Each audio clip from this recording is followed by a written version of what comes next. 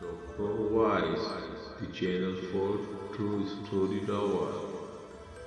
یہ کہانی فیس بک پیج جنات کی دنیا سے لی گئی ہے، جس کا لنک ڈسکرپشن میں موجود ہے۔ غارت گر تیسری اور آخری قسط۔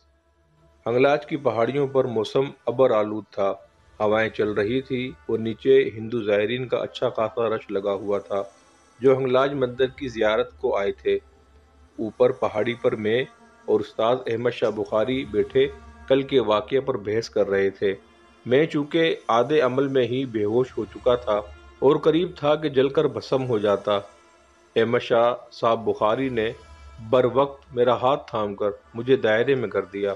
شاہ صاحب کہنے لگے کہ تم نے مندر میں جو کچھ دیکھا وہ حقیقت نہیں، افسانہ تھا اور شیطانی قوتوں کا پھندا تھا جس سے وہ عاملوں کو قابو کرتے ہیں۔ مندر کے بڑے بت پر در حقیقت ایک خبیث الفطرت ہندو جن بیٹھا تھا جس نے ساوتری کو اپنے قابو میں کرنا چاہا۔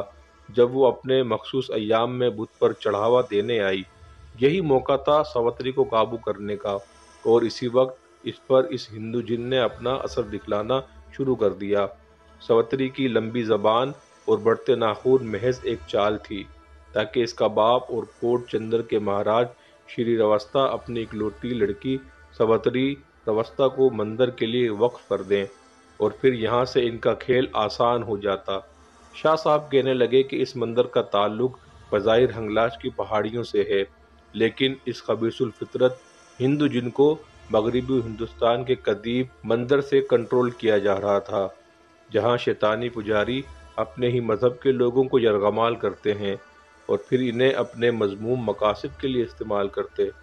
شاہ صاحب کہنے لگے کہ ہندوستان کے قدیم مندروں میں آج بھی یہ رسم ہے کہ وہاں کے پجاری کالے عمل سے نوجوان اور نوخیز لڑکیوں کو اپنے قابو میں لاتے ہیں، پھر انہیں اپنے مذموم مقاصد کے لیے ان کی بلی چڑھائی جاتی ہے۔ شاہ صاحب نے مزید بتلایا کہ اپنے عمل میں تسخیر کے لیے یہ ظالم لوگ مردہ تک کھا جاتے ہیں۔ وارانسی، جسے ہندوؤں کے ہاں مقدس ترین شہر کا درجہ حاصل ہے اور مندروں کا شہر جسے کہا جاتا ہے، ان سب خبیثات کا گڑھ ہے۔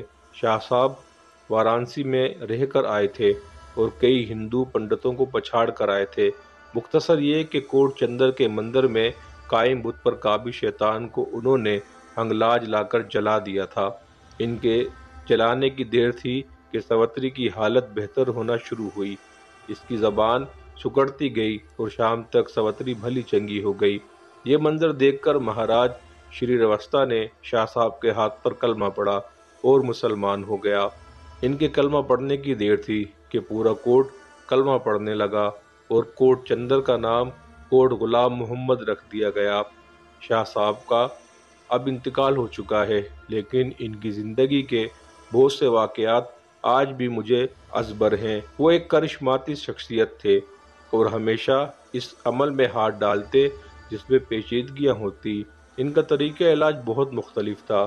اپنی زندگی کے بہت سے راز انہوں نے مجھے بتائے تھے۔ اب ان کی اولاد اس کام کو سنبھالے ہوئے ہے۔ زندگی رہی تو شاہ صاحب کے ساتھ گزرے ہوئے دیگر احوال بھی آپ کو سناتا رہوں۔